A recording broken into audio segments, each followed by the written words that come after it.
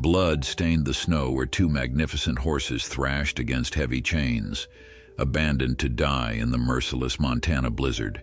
Jack's hands trembled not from the cold, but from rage at whoever had left these creatures to suffer, and the sudden visceral certainty that saving them would change everything. Before we continue, don't forget to subscribe to the channel, like the video, and comment where in the world you're watching from. Let's go. The Montana winter had never felt so oppressive to Jack Harmon. 3 years back from Afghanistan, and the silence of the snow-laden forest still unnerved him more than gunfire ever had.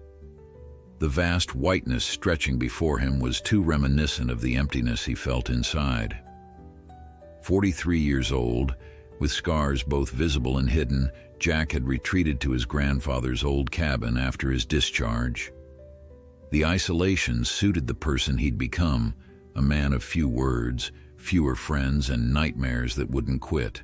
The snowstorm had started that morning, gentle at first, then building into a blinding fury that matched Jack's restlessness.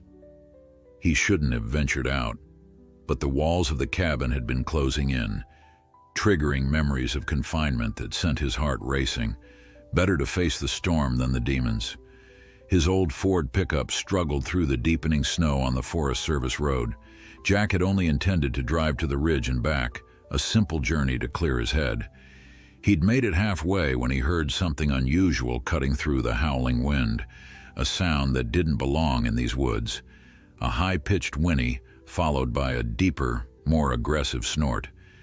Jack slowed the truck, peering through the windshield where snowflakes gathered despite the wiper's best efforts. There, about 50 yards ahead, through the curtain of white and the dark silhouettes of pines, he caught movement. Something thrashing in the snow. "What the hell?" he muttered, the sound of his own voice strange after days of silence. He pulled the truck to the side of the narrow road and cut the engine. The temperature gauge read 12 degrees below zero. Jack zipped his heavy coat to his chin, pulled his woolen cap down over his ears, and stepped out into the storm. The wind immediately slapped his face, stealing his breath. He shielded his eyes with a gloved hand and trudged forward through snow that reached mid-calf. As he approached, the shapes materialized through the white haze. 2 horses, one coal black, the other pure white, both lying in the snow. Their legs were bound with heavy chains, and they pulled against their restraints, eyes wide with panic. The black horse bared its teeth in a grimace of pain or fear, while the white one thrashed, sending plumes of snow into the air. Jack stopped, stunned by the scene before him. In his 15 years in these mountains, he'd encountered abandoned animals before. Dogs left at campgrounds, cats dropped off at trailheads by owners too cowardly to take them to shelters. But nothing like this. These weren't domesticated pets, but magnificent wild horses, powerful creatures that had no business being chained and abandoned in a snowstorm. "Easy," he called out, his voice nearly lost in the wind. The horse's ears swiveled toward him, and the white one renewed its struggle, kicking up more snow. Jack approached slowly, keeping his movements deliberate. The military had taught him patience in the face of the unknown, and he drew on that training now. The black horse watched him with intelligent, wary eyes. There was something in that gaze that struck Jack, a dignified defiance despite its circumstances. The white horse, by contrast, seemed younger, more panicked, its fear manifesting as aggression. "I'm not going to hurt you," Jack said, knowing the words meant nothing to the animals but hoping his tone might calm them. "Who did this to you?"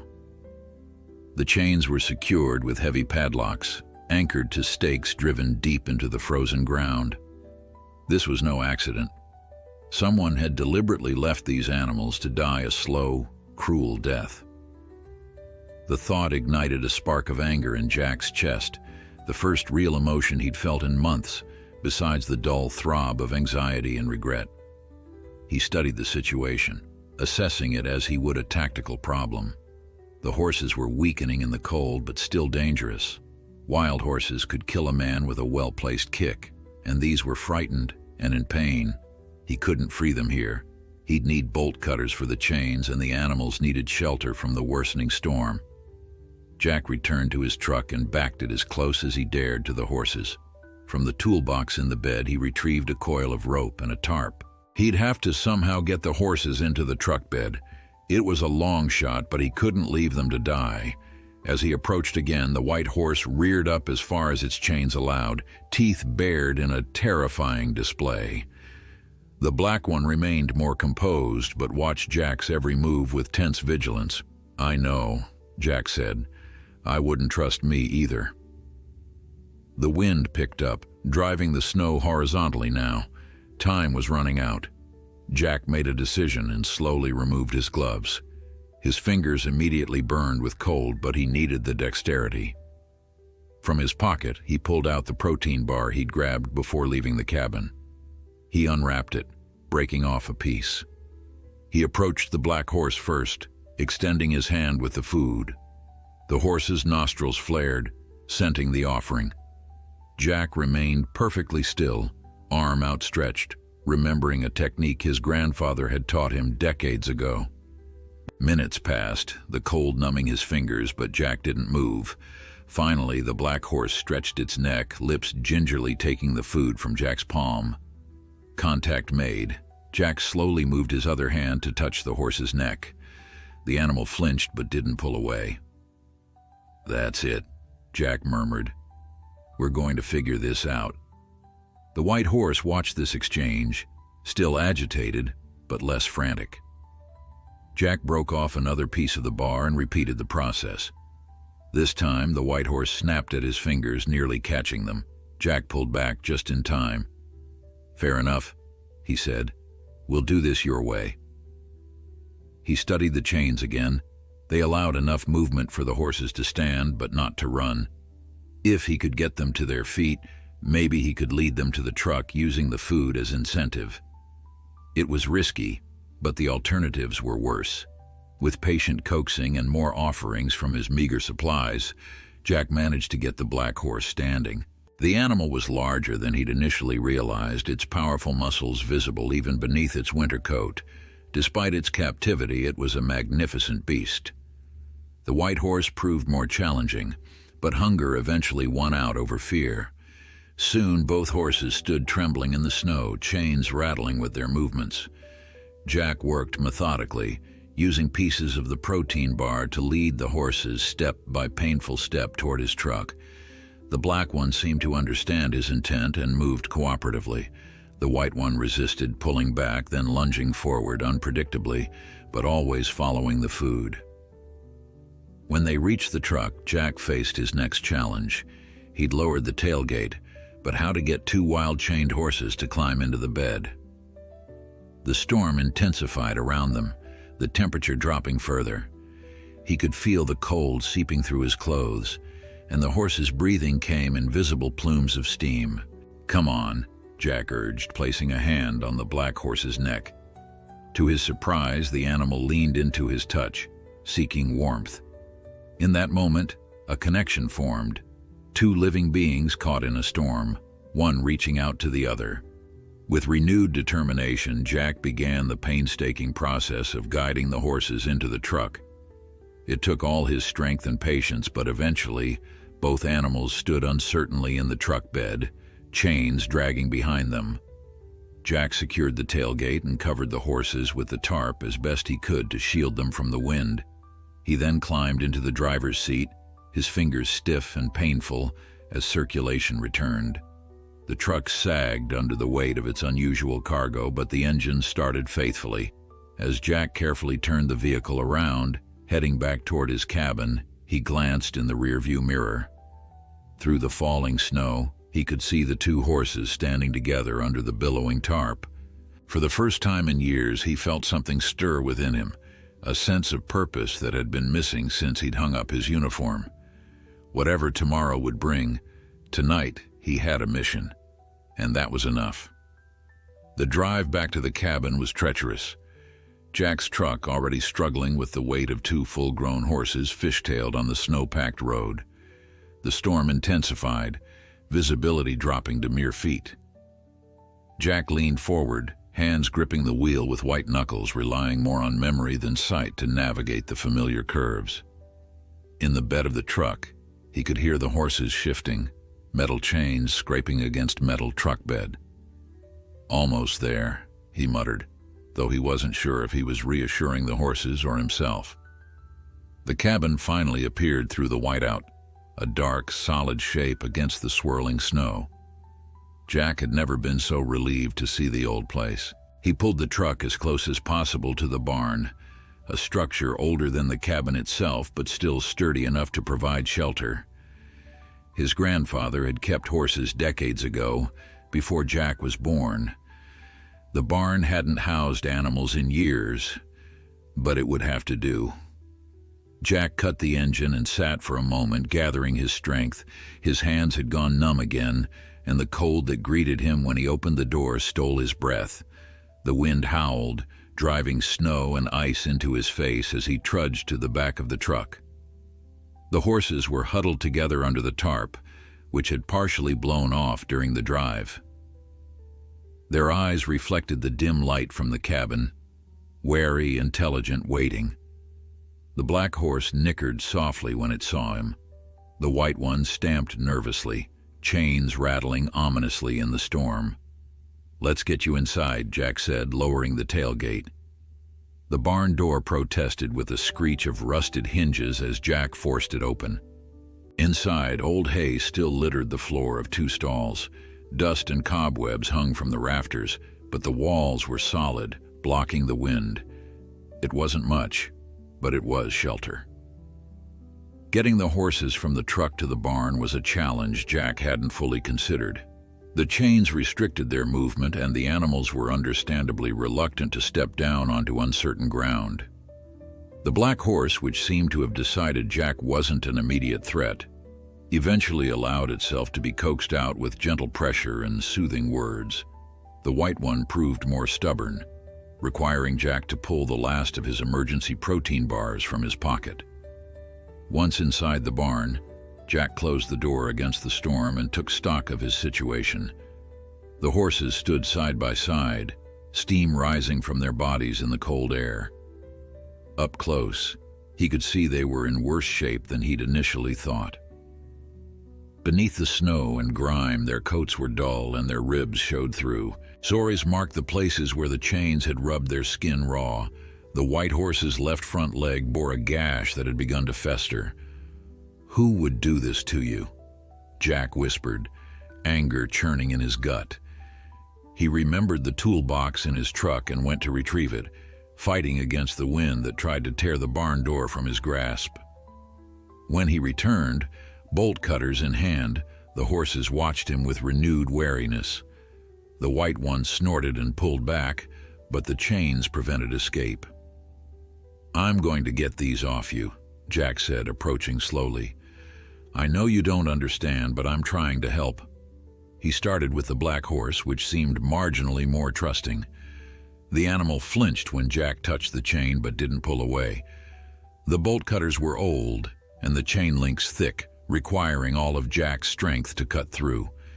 His hands, still recovering from the cold, protested with each squeeze of the handles. But after several attempts, the first chain broke with a satisfying snap. The black horse seemed to understand what was happening. It stood perfectly still as Jack worked on the remaining chains, carefully avoiding sudden movements that might spook the animal. One by one, the chains fell away. When the last one dropped to the ground, the horse shook itself, as if testing its newfound freedom. It took a tentative step, then another, no longer restricted by the heavy metal. The white horse watched this process with visible agitation, pulling against its own chains when Jack approached. It took nearly twice as long to free the second animal, with Jack having to retreat several times when the horse lashed out. But eventually persistence won out, and the white horse too stood unshackled. Free from their chains, both horses seemed unsure what to do. They remained where they were, occasionally taking a step or two but never venturing far. Jack realized they were probably too weak and disoriented to do much else. They needed food, water, and rest. Jack left them to search the barn for supplies. In a back room he found ancient hay bales, long since turned to dust, and empty grain sacks. But he also discovered a half-full bag of horse feed that had somehow survived the years, protected by a metal container. It wasn't much, but it would have to do for now. He filled a bucket with snow, which would melt into drinking water, and placed it along with small portions of the feed in front of the horses. They approached cautiously, the black one first, followed reluctantly by the white. They ate slowly, as if uncertain the food wouldn't be taken away. While they ate, Jack examined their wounds more closely. The sores from the chains were inflamed but not infected. The gash on the white horse's leg was more concerning. It needed cleaning at the very least, and probably antibiotics. Jack had a basic first aid kit in the cabin, but nothing suitable for treating horses. His military training had included some basic veterinary care, enough to keep pack animals functioning in remote areas, but this was beyond his expertise. These horses needed a vet, but in this storm, with the roads likely impassable, that wasn't an option. "We'll have to make do," he told them, his voice sounding unnaturally loud in the quiet barn. Jack returned to the cabin to gather supplies. The wind had picked up even more, driving the snow horizontally across the yard. He staggered against the force of it, the cold cutting through his clothes like knives. Inside, he quickly gathered what he needed: clean towels, his first aid kit, a bottle of whiskey for disinfectant, and the remains of last night's stew, which wasn't much, but might provide some nutrition for the horses. As he prepared to head back to the barn, Jack caught his reflection in the window, haggard with days-old stubble and haunted eyes. He barely recognized himself. The man staring back at him wasn't the same one who had left Afghanistan 3 years ago. That man had been confident, purposeful. This one was a shell going through the motions of life without really living. But something had changed in the last few hours. The discovery of the horses had awoken something in him, a sense of righteous anger, yes, but also responsibility. These animals needed him. And for the first time in a long time, Jack felt needed. He gathered his supplies and headed back into the storm, a new determination in his step. The horses were waiting, and he wouldn't let them down. Back in the barn, Jack found the horses exactly where he'd left them, though the black one had moved closer to the hay bales, sniffing at them curiously.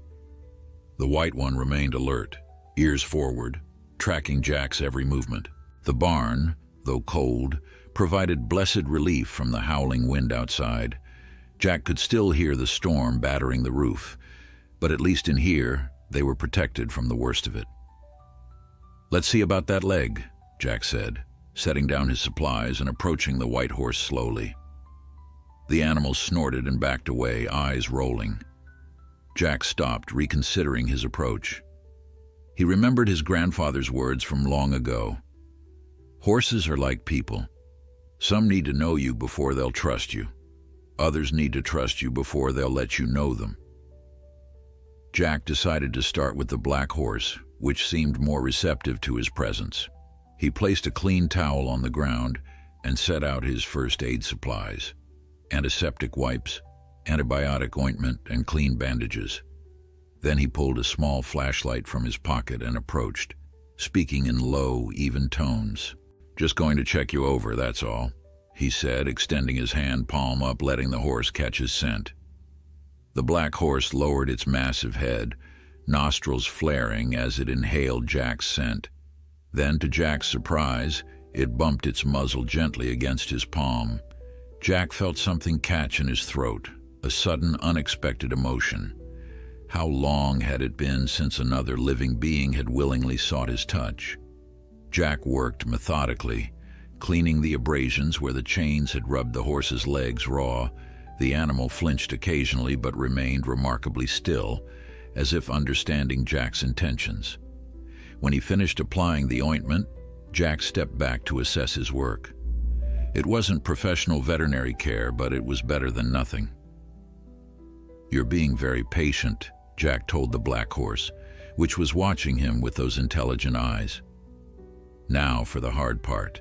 He turned toward the white horse, which had been observing the entire process with wary attention. The festering wound on its leg needed treatment, but the animal clearly had no intention of allowing Jack near it. It stomped a hoof warningly when he took a step in its direction. Jack considered his options. Force was out of the question. It would only reinforce the horse's fear and could get him seriously injured in the process. But infection in these conditions could be deadly. He needed to establish some level of trust, and quickly. He remembered something from his deployment. Their unit had worked with local farmers in a remote Afghan village, including an elderly man who had a way with the most temperamental horses. The old farmer had shown Jack a technique, sitting quietly near a nervous animal, not looking directly at it, simply existing in the same space until curiosity overcame fear. Jack pulled over an old milking stool he'd spotted in the corner and positioned himself between the two horses, but closer to the black one. He sat down, placed the first aid supplies within reach, and then deliberately focused his attention on mundane tasks, reorganizing the supplies, checking his phone, no signal as expected, and taking small sips from a thermos of coffee he'd brought from the cabin. All the while, he was acutely aware of the white horse watching him, but he never made direct eye contact. He kept his posture relaxed, his movements slow and predictable. The minutes stretched into an hour. The wind outside reached a fever pitch, rattling the barn doors. Snow found its way through cracks in the walls, forming small drifts on the floor. The black horse had settled, dozing lightly on its feet in the way horses do. But the white one remained vigilant, though its posture had relaxed somewhat. Jack continued his waiting game, fighting his own impatience. In Afghanistan, he'd learned that sometimes the most effective action was stillness, watching, waiting, letting things unfold at their own pace. Finally, after what seemed like hours, the white horse took a tentative step toward him, then another. Jack kept his eyes lowered, his breathing even. He felt rather than saw the animal approach, sensing its presence by the shifting air, the sound of its breathing. When he felt the horse's breath on his arm, he slowly raised his hand, palm up, offering connection rather than demanding it. For a long moment, nothing happened. Then hesitantly, the white horse touched its muzzle to Jack's palm. "That's it," Jack murmured, finally looking up to meet the animal's gaze. "We understand each other a little better now, don't we?" The horse didn't pull away. Taking this as permission, Jack slowly stood and gathered his supplies. The white horse tensed, but remained in place as Jack approached its injured leg. With the same deliberate movements he'd used with the black horse, he began cleaning the wound. It was worse up close, deep and showing signs of infection. The horse flinched and snorted, but, remarkably, allowed Jack to continue. As he worked, Jack found himself talking, the words coming more easily than they had in years. He told the horses about his grandfather, who had loved this land fiercely, about the summers he'd spent here as a boy, before deployments in dusty foreign landscapes had replaced forests and mountains in his dreams. He talked about the silence after coming home, how it had seemed to fill every space in his life, until he could barely breathe around it. "You know what it's like," he said to the white horse as he finished bandaging its leg. "To fight against restraints you can't break, to be in a place you don't belong." The horse's ear flicked toward him, listening. In its eyes, Jack saw something he recognized, a wildness caged, a spirit straining against confinement. He wondered if the horse saw the same in him. With both animals treated, Jack turned his attention to making the barn more hospitable. He found old horse blankets in a chest, musty but serviceable after he shook them out. These he draped over the horses, who accepted the additional warmth without protest. He refilled their water bucket with fresh snow and gave them each another small portion of feed, careful not to overfeed their neglected systems. Outside, night had fallen completely, and the storm showed no signs of abating. Jack knew he should return to the cabin, get some rest, but he found himself reluctant to leave. Instead, he pulled his coat tighter around himself and settled onto a pile of old straw in the corner of the barn. The white horse watched him from across the space, still cautious, but no longer afraid. The black one moved closer, eventually lying down near where Jack sat, its massive body radiating heat in the cold barn. Jack leaned back against the wall, feeling the day's exertions in every muscle. But beneath the physical exhaustion was something new, or perhaps something very old, rediscovered. A sense of being precisely where he needed to be, of having a purpose, even if just for this moment, this night.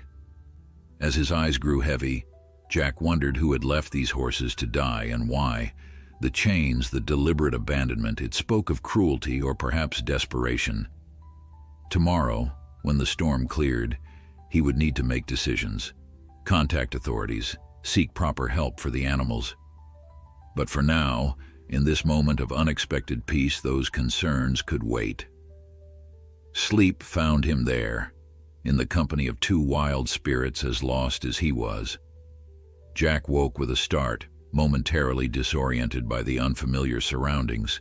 Pale light filtered through cracks in the barn walls, and the silence told him the storm had finally passed. His body ached from sleeping on the hard ground, joints stiff with cold. But there was something else, a warm pressure against his side. The black horse had moved closer during the night and now lay beside him, its massive body providing warmth in the frigid barn. Jack remained perfectly still, hardly daring to breathe. He'd never known a wild horse to seek human contact this way. The animal's eyes were closed, its breathing deep and even.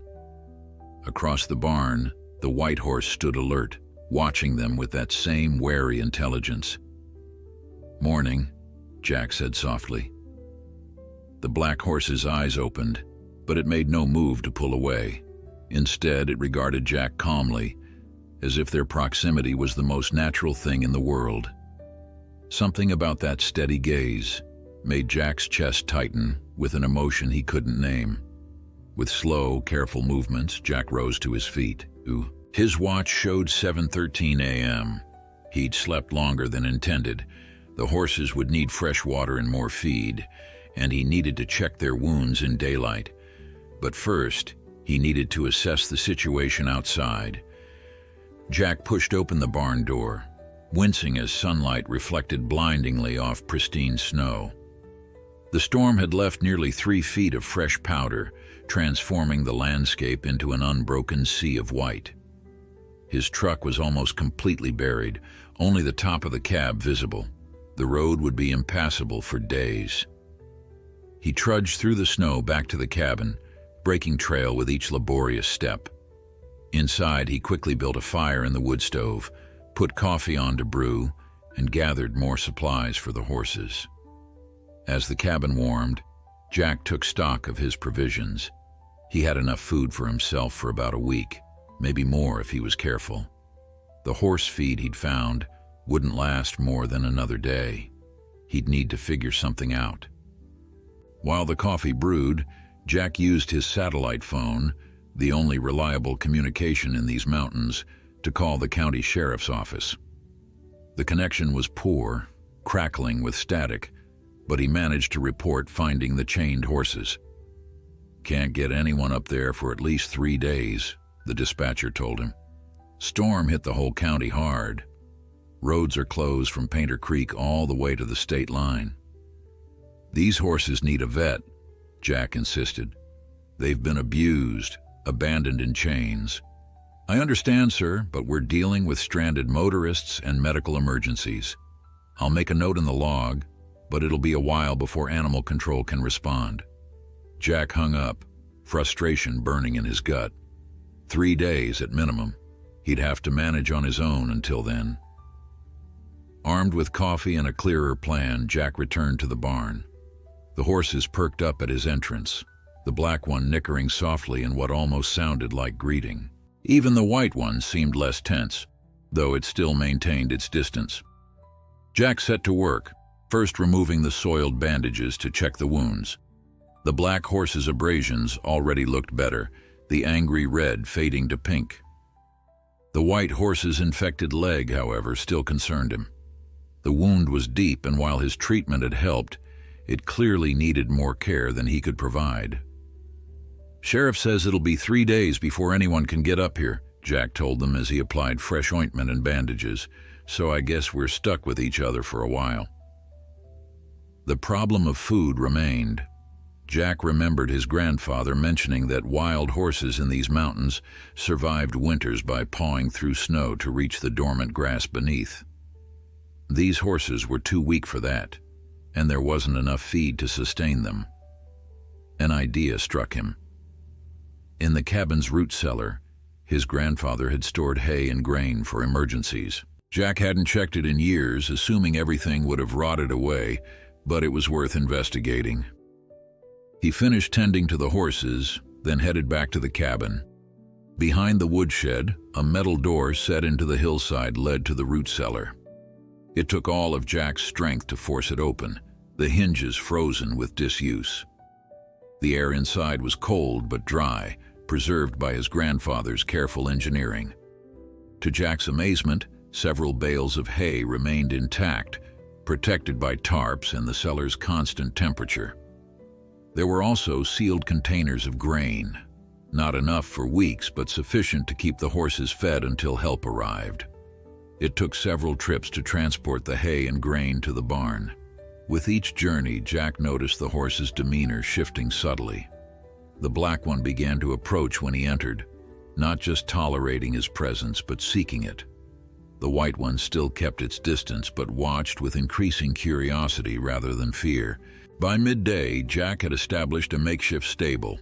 He'd cleared the stalls, laid fresh hay for bedding, and set up feeding stations. Not knowing the horse's exact nutritional needs, he erred on the side of caution, offering small, frequent meals rather than large portions that might overwhelm their systems. As he worked, Jack found himself talking more than he had in months. He told the horses about his grandfather, about the summers he'd spent here learning to track deer and catch trout with his bare hands. He spoke of Afghanistan, the dust that got into everything, the children who followed their convoys begging for candy, the constant vigilance that had become so ingrained he couldn't shake it even now, years later. "You know what the hardest part was?" he asked the black horse as he brushed its coat with an ancient curry comb he'd found. "Coming back. Everyone expected me to be the same person who left. But that guy was gone." The horse leaned into the brushing, eyes half closed in apparent contentment. The white one had edged closer during Jack's monologue, close enough now that Jack could have touched it if he'd reached out. He didn't. Some boundaries needed to be crossed voluntarily or not at all. In the afternoon, Jack ventured outside again to clear a path from the barn to the cabin and check his property for storm damage. The sky was a clear, hard blue, the kind that brought bitter cold with nightfall. As he worked, he kept thinking about the chains that had bound the horses. They weren't standard livestock restraints, but heavy-duty industrial chain, the kind used in construction or logging. And the padlocks had been new, their brass gleaming even beneath the grime. Someone had gone to considerable trouble to ensure those horses couldn't escape. But why leave them to die? It made no sense, unless they weren't meant to be found. The thought stopped Jack mid-stride. What if whoever chained those horses had intended to return but had been prevented by the storm? What if they came looking once the roads cleared? Jack stared at the mountains surrounding his property, suddenly aware of how isolated he was, how vulnerable.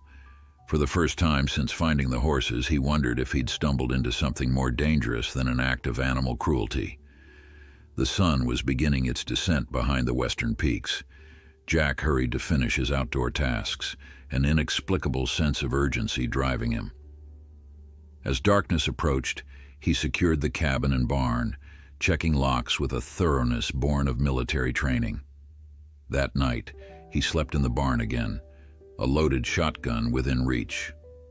Jack's sleep was fitful, plagued by dreams that blended past and present, Afghanistan's dusty compounds becoming his snow-covered property, insurgents transforming into shadowy figures approaching the barn. He woke several times, hand instinctively reaching for his shotgun only to find the horses undisturbed and the barn secure. Dawn brought crystalline cold that seeped through every crack in the old structure. Jack's breath formed clouds in the frigid air as he rose stiffly, his body protesting another night on the hard ground. The black horse lay nearby, having again sought his company during the night.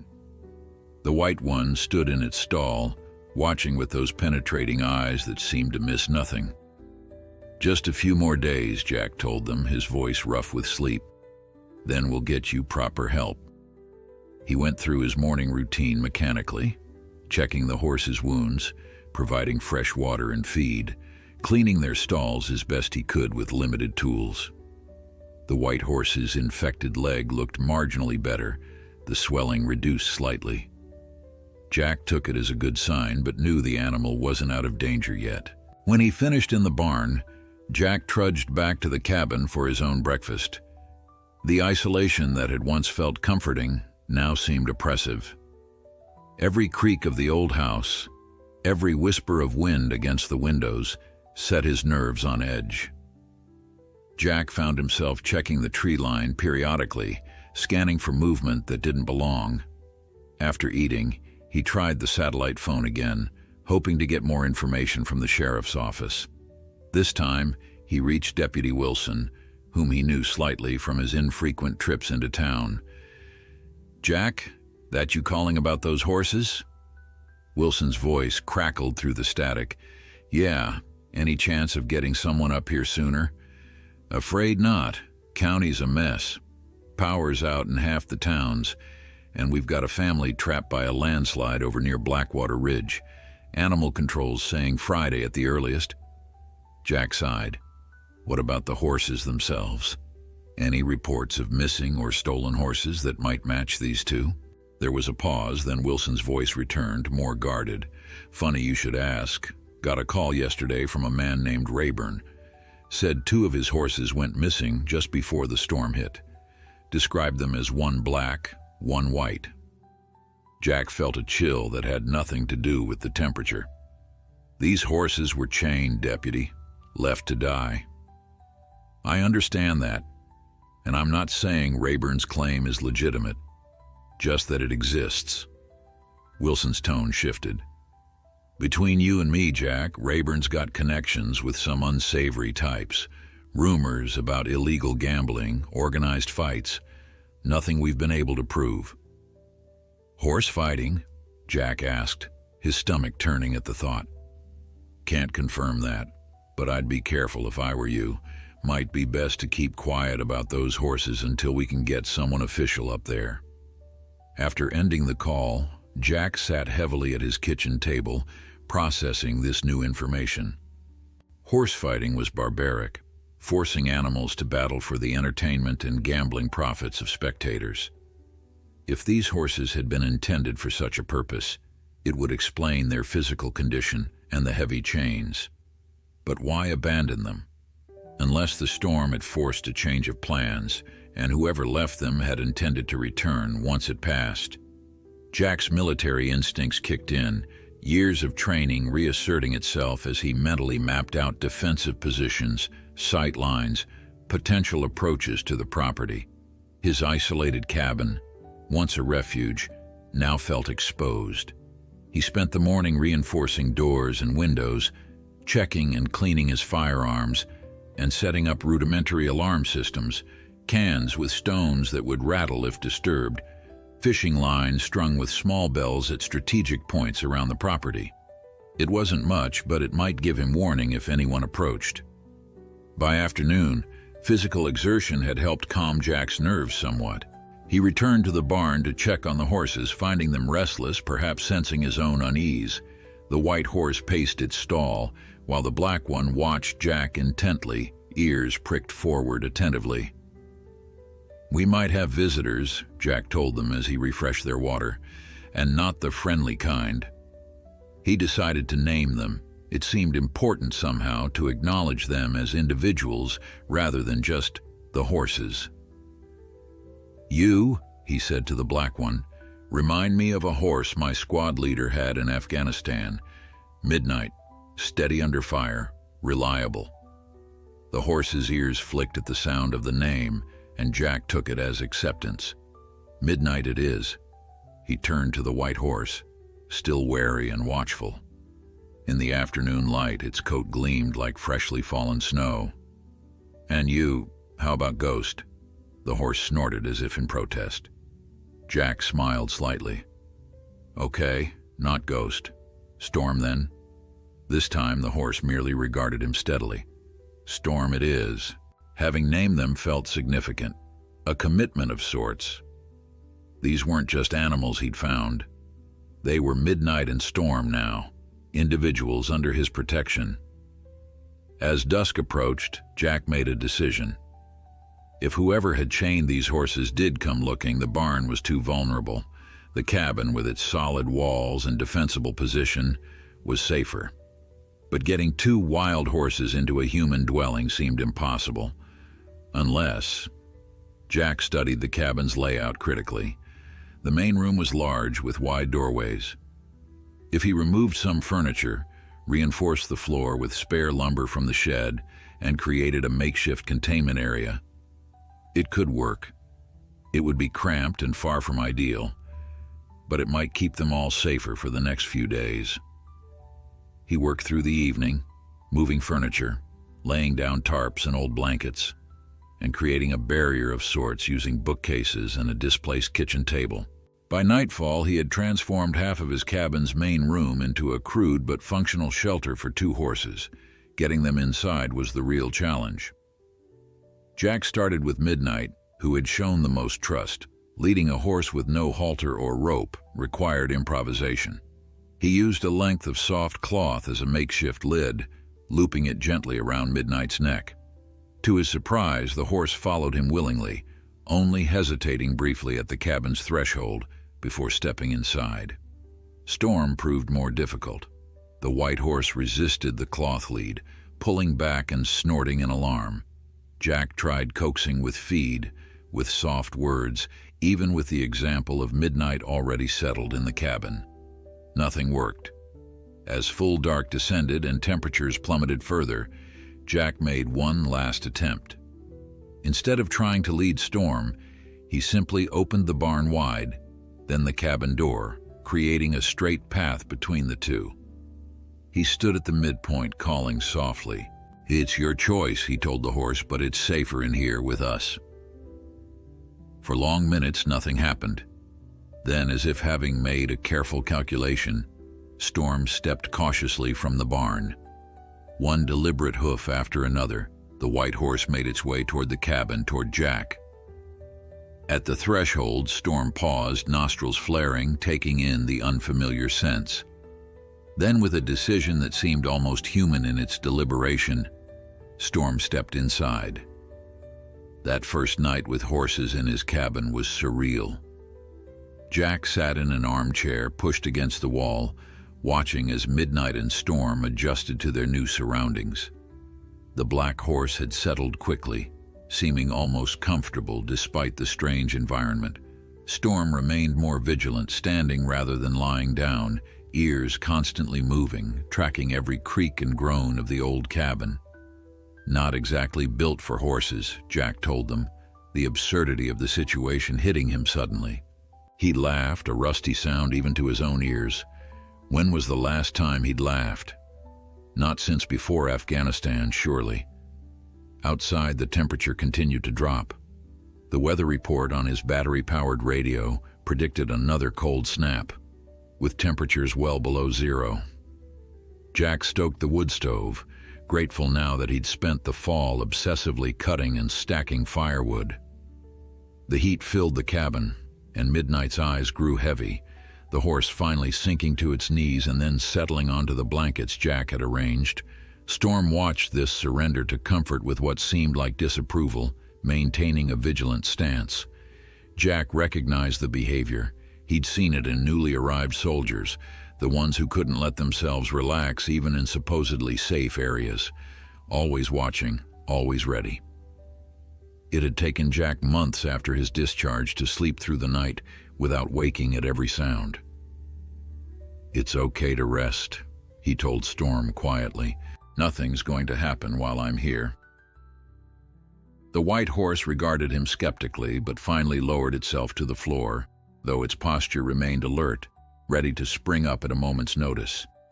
Jack must have dozed off because he woke suddenly to complete darkness. The fire had burned down to embers, casting a faint red glow that barely illuminated the room. Something had woken him, a sound. Both horses were on their feet, ears pricked forward, staring at the front door. Moving silently, Jack retrieved his shotgun and approached the window, carefully staying to the side to avoid being silhouetted. He listened, senses heightened by adrenaline. At first, there was nothing but the whistle of wind through the pines. Then he heard it, the distant rumble of an engine quickly cut off. Someone was out there. Jack checked his watch. 3:17 a.m. Not a time for casual visitors, especially not in this weather, with roads barely passable. He thought of Wilson's warning about Rayburn and his connections. Had they somehow tracked the horses here? Or was it just a stranded motorist seeking help? He couldn't take chances. Jack moved efficiently through the cabin, gathering what he needed. His night vision monocular from his military days, extra ammunition, a heavy flashlight that could double as a weapon if needed. He pulled on his coat and boots but left the cabin lights off. Better to see without being seen. "Stay quiet," he whispered to the horses, though he doubted they understood. Surprisingly, they remained silent, as if sensing the gravity of the situation. Jack slipped out the back door, circling around to a position that gave him a view of the approach to his property. Through the night vision, he scanned the tree line. Nothing at first. Then movement. 2 figures on snowmobiles stopped about a quarter-mile down the access road. Their machines were dark, and they moved with the careful precision of men trying not to be detected. Poachers sometimes used his land despite the no trespassing signs, but poachers hunted animals, not searched for them. These men were looking for something specific, or someone. Jack watched as they consulted briefly, then separated, one heading toward the cabin while the other moved in the direction of the barn. Their coordinated movements spoke of planning, of purpose. Not random trespassers then. He had to make a decision. Confront them? Call for help that wouldn't arrive for hours, if at all? Or wait and watch, gather more information? The second option wasn't viable. Even if he could reach the sheriff's office, help was too far away. Confrontation risked escalation. That left observation, at least for now. Jack tracked the man approaching the cabin, noting the rifle slung across his back. The intruder moved with confidence, suggesting either military training or hunting experience. He circled the cabin once, then tried the front door, finding it locked. Jack tensed, finger hovering near the trigger of his shotgun, but the man didn't force entry. Instead, he peered through windows, shining a small flashlight inside. Inside the cabin, Jack knew the horses would be visible. Had he made a fatal mistake, bringing them inside where they could be seen? But the alternative, leaving them in the vulnerable barn, seemed worse. The man at the cabin pulled out a radio, speaking briefly. Moments later, his partner emerged from the barn and joined him. They conversed in low tones, too distant for Jack to hear. Then, to his surprise, they returned to their snowmobiles and departed, heading back the way they had come. Jack remained hidden for another 30 minutes, ensuring they were truly gone. Only when he was certain did he return to the cabin, entering quietly to find both horses standing exactly as he'd left them, alert and wary. "We had visitors," he told them unnecessarily. "But they're gone now." The question was, why? If these men were looking for the horses, they'd surely seen them through the window. Why not attempt to take them? Unless they were just confirming the horses' location. reporting back perhaps, which meant they might return, in greater numbers or better armed. Jack spent the remainder of the night planning. If Rayburn was involved in horse fighting, as Wilson had implied, he wouldn't simply let valuable animals go, especially not if he feared they might be traced back to him, becoming evidence of his illegal activities. Jack knew how these operations worked. They'd want to eliminate any trail that could lead authorities to them. By dawn, exhaustion pulled at him, but Jack couldn't afford to rest. He tended to the horses, checked their wounds, and provided fresh water and feed. Midnight responded to his care with what seemed like appreciation, leaning slightly into Jack's touch. Even Storm appeared less guarded, accepting a gentle pat on the neck without flinching away. "We've got trouble coming," Jack told them as he changed the bandage on Storm's leg. "But we've got some advantages too. This is my territory. I know every inch of it, and they don't know what they're walking into." The horses watched him with those intelligent eyes, as if understanding the gravity of his words. Jack felt a fierce protectiveness surge through him. In the short time since finding them, these animals had awakened something he'd thought long dead, a willingness to fight for something beyond mere survival. He'd spent 3 years hiding from the world, using isolation as a shield against memories he couldn't face. Now, ironically, that same isolation might save them all, if he could turn it from a refuge into a fortress. As morning light filtered through the windows, Jack began methodically preparing for a confrontation he now believed was inevitable. Whoever had chained these horses in the snow had not abandoned their claim. They would return, and when they did, Jack would be ready. Morning brought a deceptive calm to the mountain. Weak winter sunlight filtered through the pines, making the snow-covered landscape glitter. Jack might have found it beautiful once. Now he saw only tactical disadvantages: open ground that provided no cover, reflective surfaces that would make him visible from a distance, deep snow that would slow any attempt at escape.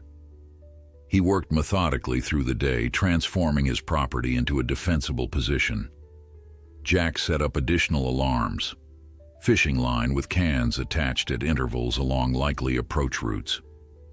He positioned his grandfather's old hunting mirrors strategically to give him sight lines to blind spots around the cabin.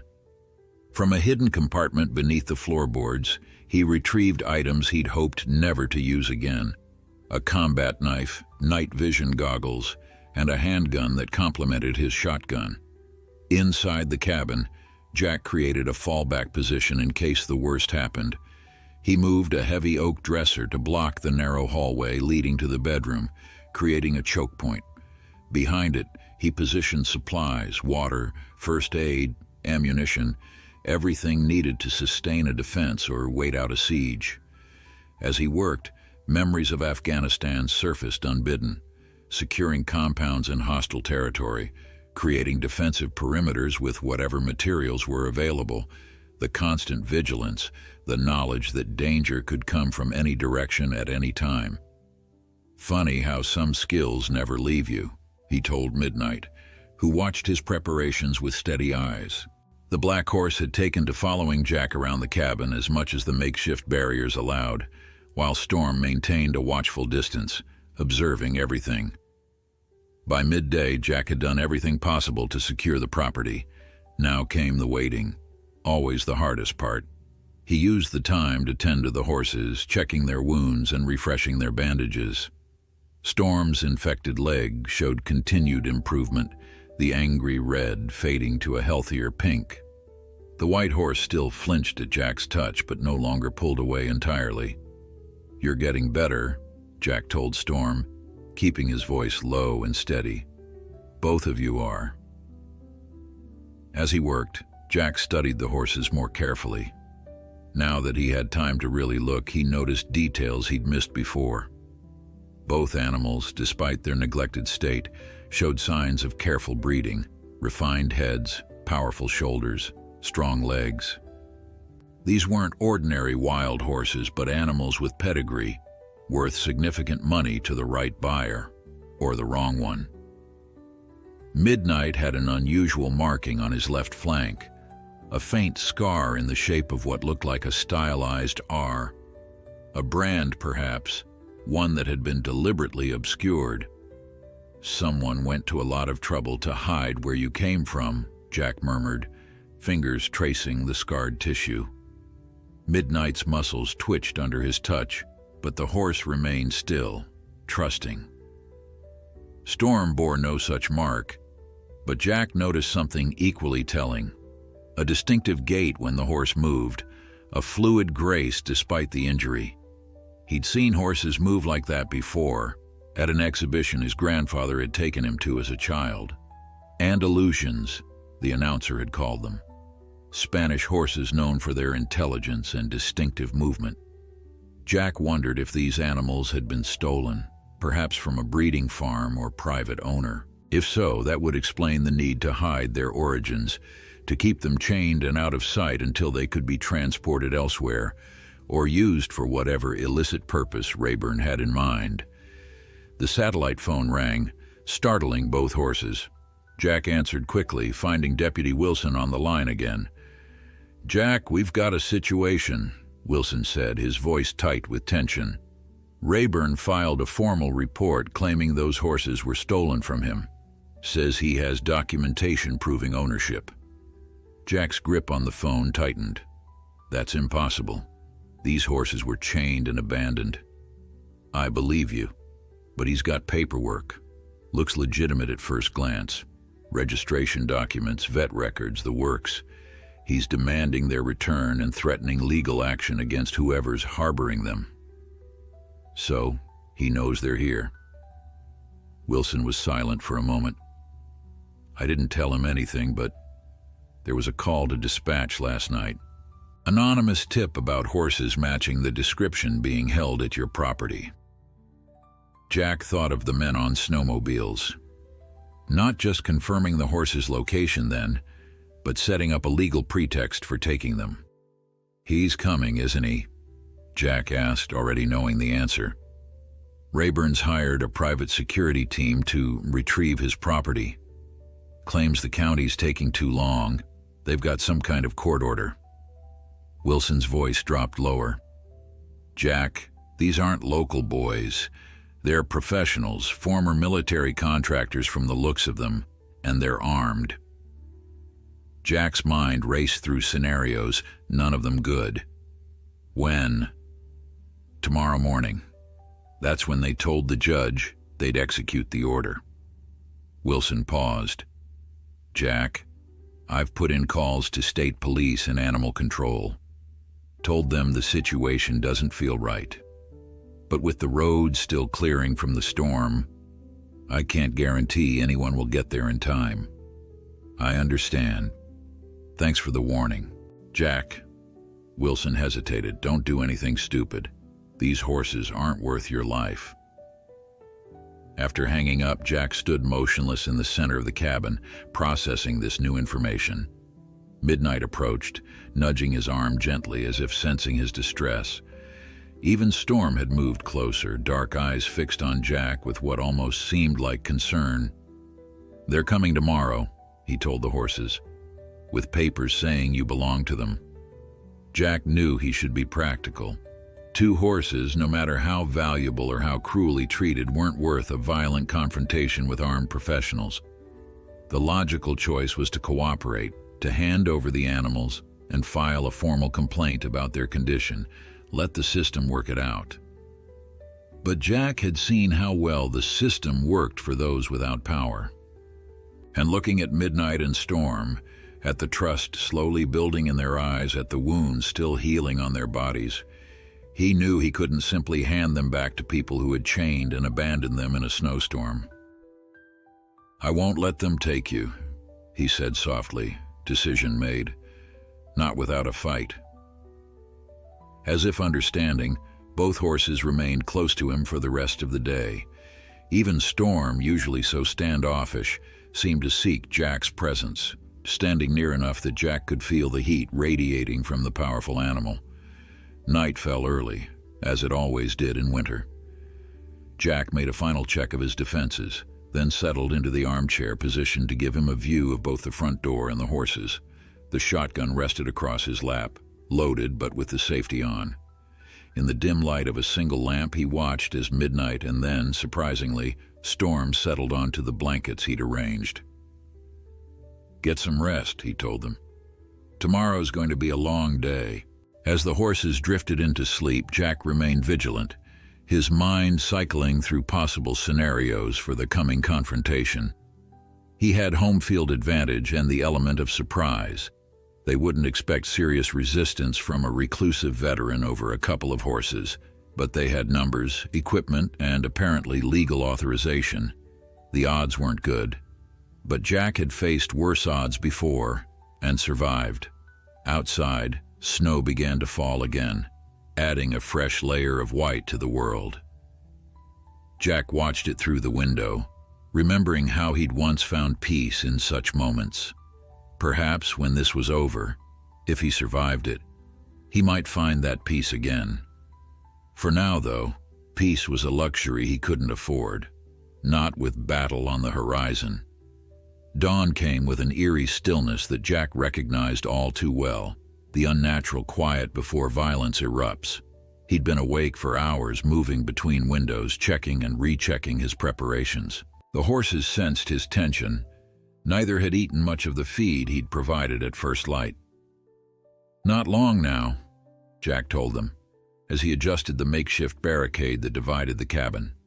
He'd created a small opening that would allow the horses to retreat to the bedroom if necessary, while still maintaining the defensive choke point.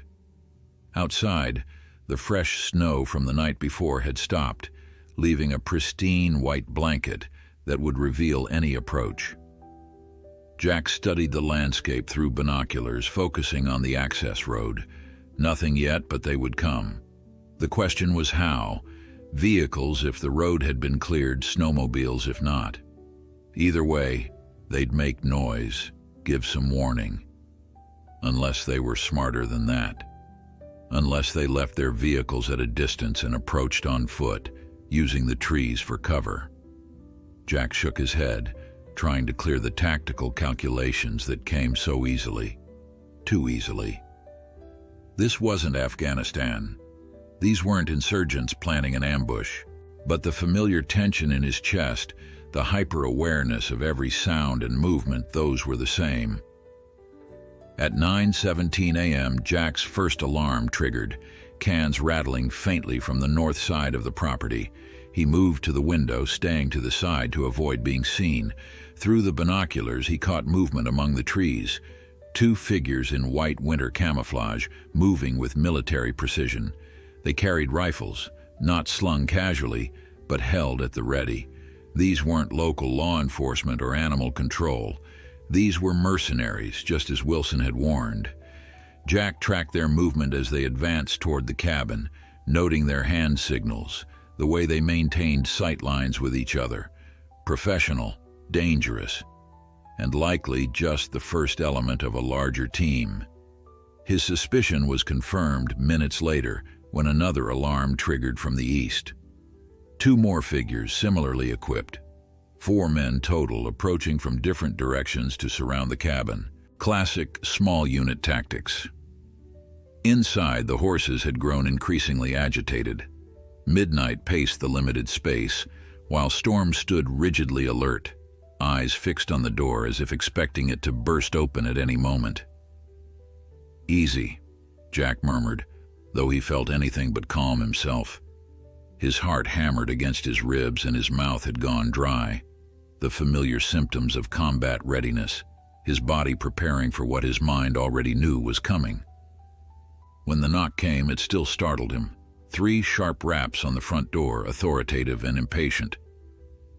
"Mr. Harmon," called a voice from outside, professionally neutral. "This is Keith Lawson, private security. We have a court order to recover property belonging to Mr. Rayburn. We'd like to resolve this peacefully." Jack remained silent, watching through a small gap in the curtains as a man in his 40s, built like a linebacker, stood on his porch. Ex-military, Jack guessed, probably special forces from his bearing. Behind him, partially visible, was another man, younger but with the same professional demeanor. "Mr. Harmon, we know you're in there, and we know you have the horses. This doesn't have to be difficult." Jack considered his options. He could open the door, show them the horses' condition, try to reason with them. But men like this followed orders, not conscience. And behind them stood Rayburn with his money and his paperwork. Another possibility flickered through Jack's mind. Surrender the horses, but follow them. Find where they were being taken. Document the abuse. Build a case. But that assumed a justice system that cared about 2 horses more than a wealthy man's influence. And it meant allowing Midnight and Storm to suffer again, perhaps fatally this time. "Mr. Harmon, this is your final warning. Open the door or we'll be forced to enter." Jack made his decision. "I hear you," he called, voice steady despite the adrenaline coursing through him. "But those horses were chained and left to die in a snowstorm. I found them, I treated them, and I'm not giving them back to be abused." A pause then. "That's a serious accusation, Mr. Harmon. If you have concerns about the animals' welfare, there are proper channels." "We both know that's not how this works," Jack interrupted. "Rayburn has his papers, his influence. He left these horses to die when they became inconvenient, and now he wants them back. I won't let that happen." The man outside sighed, a sound barely audible through the door. "I understand your position, sir, but we have a legal order, and we will execute it. Last chance to do this the easy way." Jack's grip tightened on his shotgun. There is no easy way. What followed happened with the ruthless efficiency Jack had expected. The front door burst open under the impact of a battering ram. Simultaneously, the back door crashed inward. 4 men entered in a coordinated assault, weapons raised, moving with practiced precision. But Jack had been ready. As soon as the doors breached, he triggered the defensive measures he'd prepared, a flashbang device he'd kept from his service days erupting in the main room, disorienting the entry team with blinding light and deafening sound. The horses panicked, Midnight rearing in terror while Storm bolted for the bedroom through the opening Jack had created. In the chaos, Jack moved, using the home field advantage and his preparations.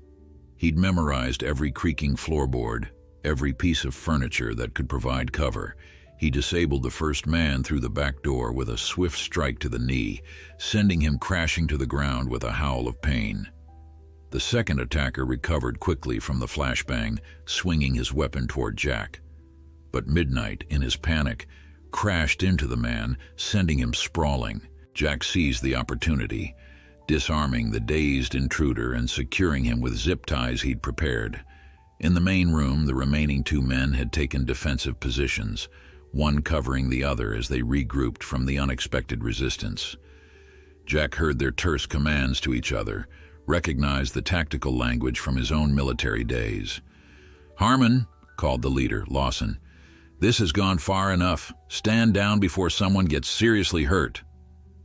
Jack didn't respond, maintaining his position behind the overturned oak table. He had disabled 2 of their team, but the remaining 2 were the most dangerous, the leader and his second, both experienced operators who wouldn't fall for simple tactics. The standoff stretched for tense seconds. In the bedroom, the horses had gone eerily quiet, as if sensing the gravity of the situation.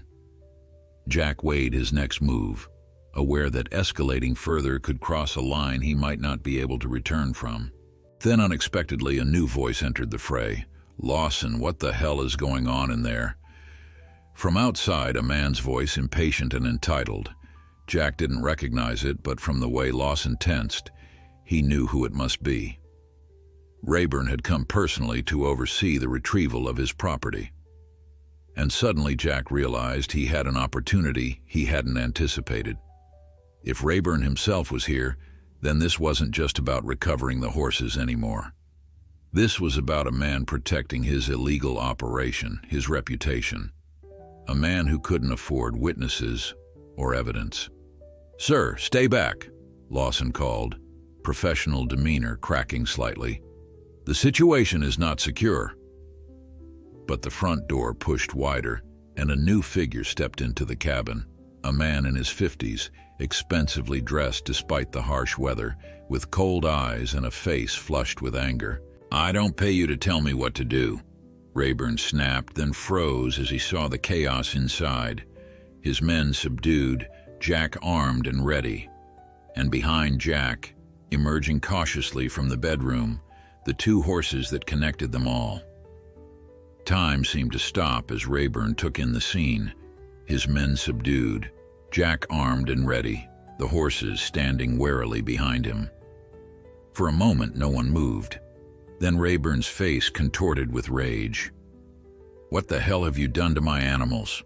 he demanded, his voice sharp with entitlement. He pointed at the bandages on Storm's leg, at the healing marks where chains had rubbed both horses raw. "Do you have any idea what those horses are worth?" "I know exactly what they're worth," Jack replied, his voice steady despite the adrenaline coursing through him. "To you, they're just property, fighting stock maybe, or breeding animals for more fighters." A flicker of surprise crossed Rayburn's face, quickly replaced by calculation. "You don't know what you're talking about. Those are registered Andalusians worth 30,000 each, and you've damaged them." "I found them chained in a snowstorm, left to die," Jack said, his grip tightening on his weapon. "The white one had an infected leg. The black one was half-starved. If anyone damaged them, it was you."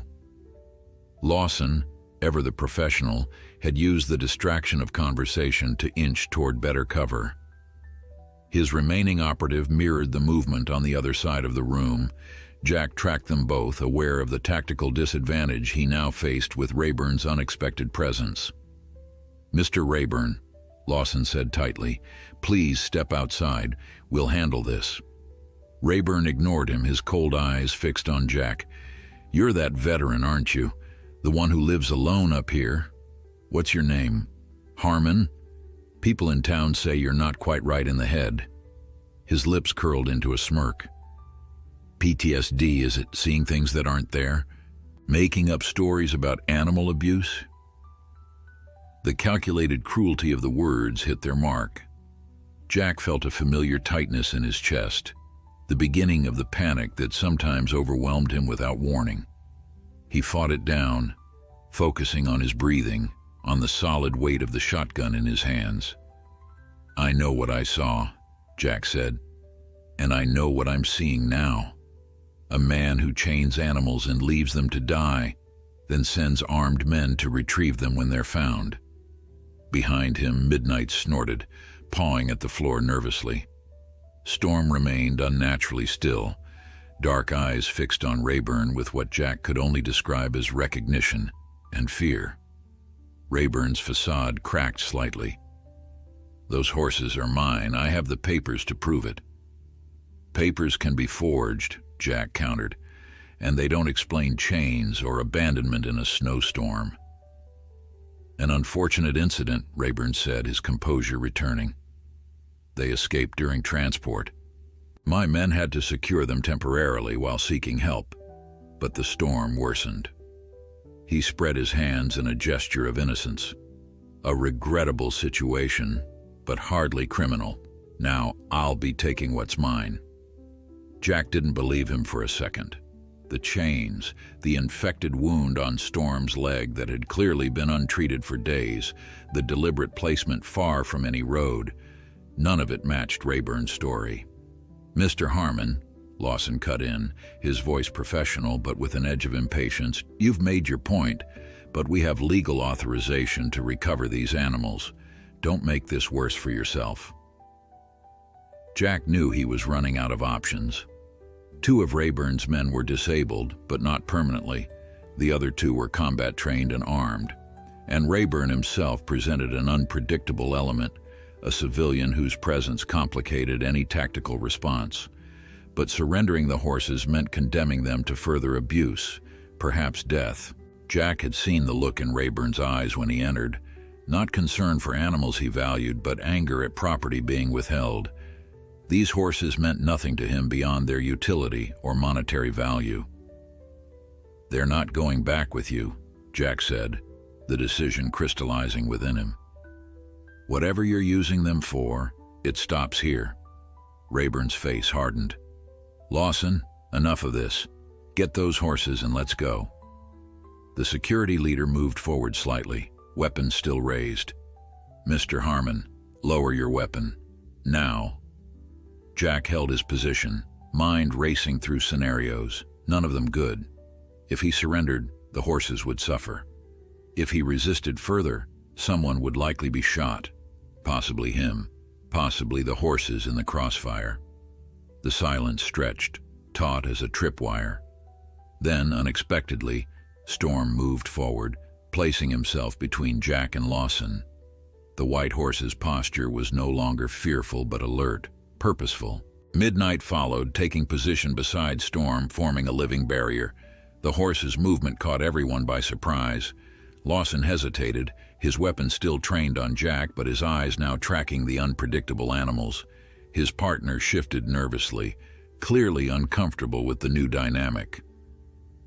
"Get those damn horses out of the way," Rayburn hissed, but neither animal moved. Storm's eyes remained fixed on Rayburn, a strange intelligence in that steady gaze. Jack felt something pass between them in that moment, an understanding that transcended species.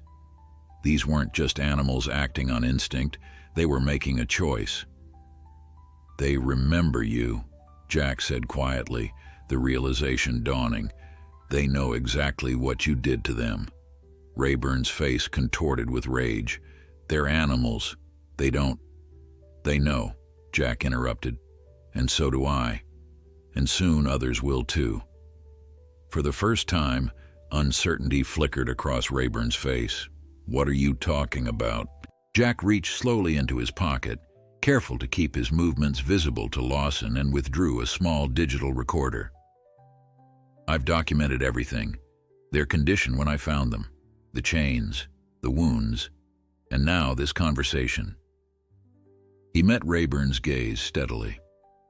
"How much is your reputation worth, Rayburn?" "More than 2 horses." It was a bluff, but a calculated one.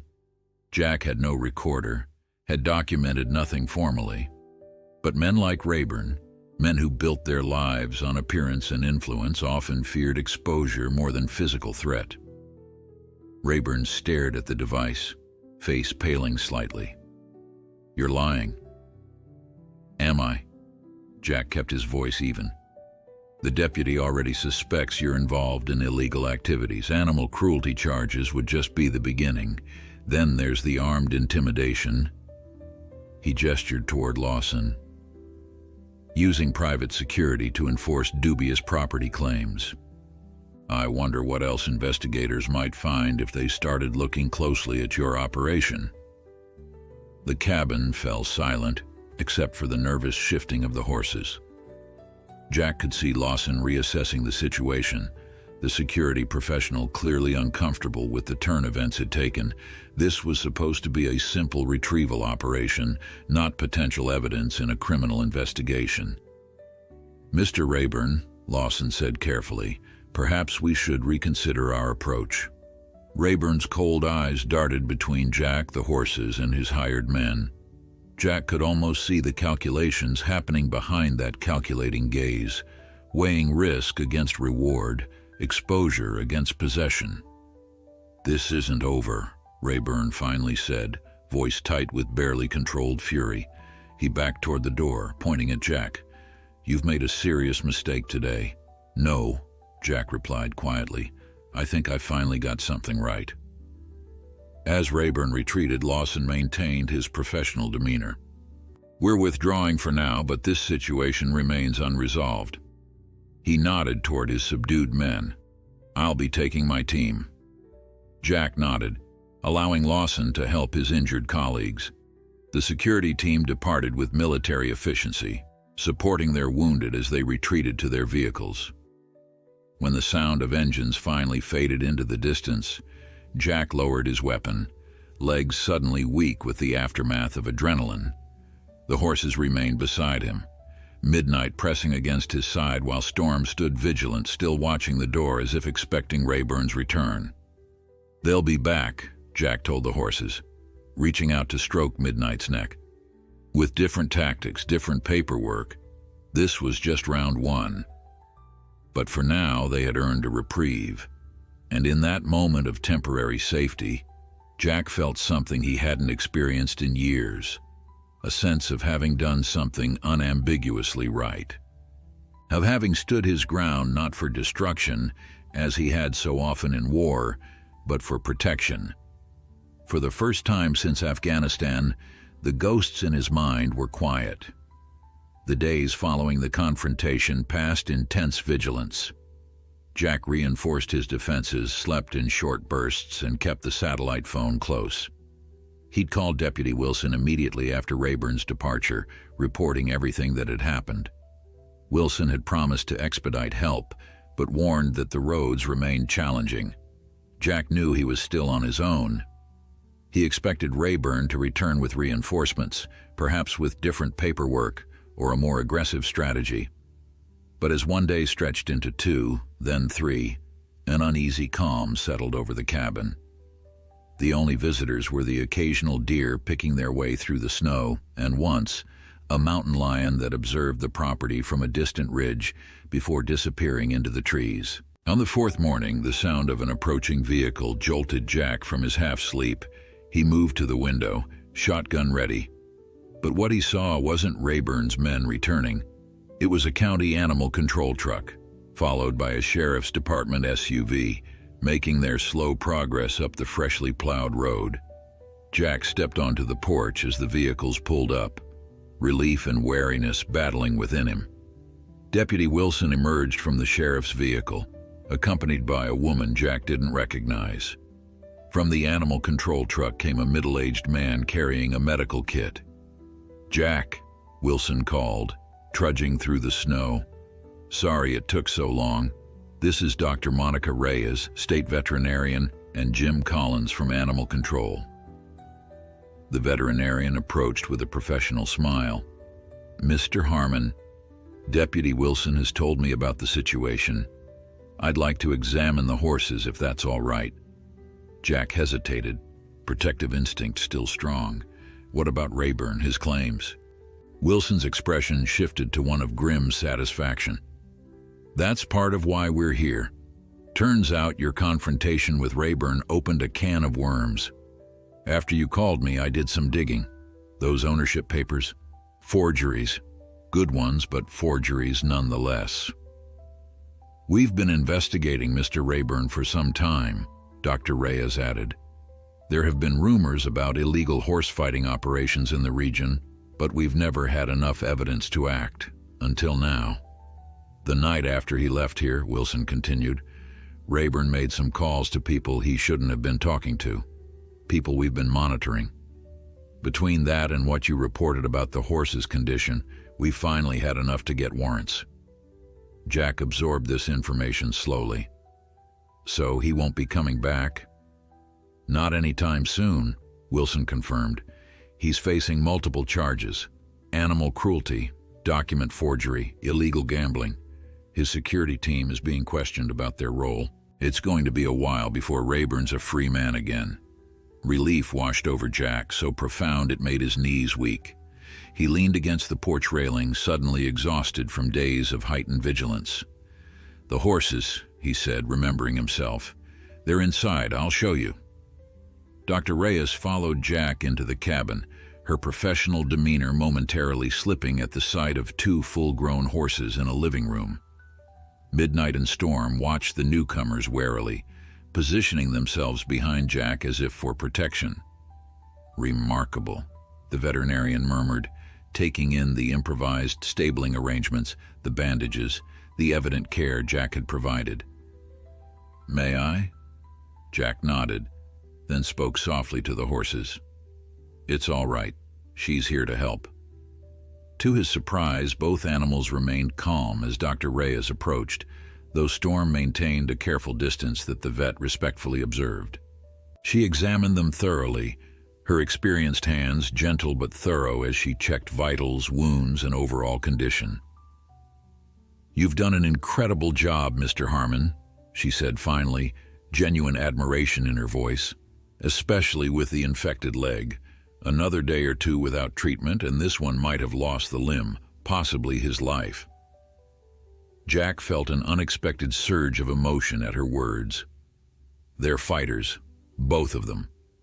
Indeed they are, and with proper care they should make full recoveries.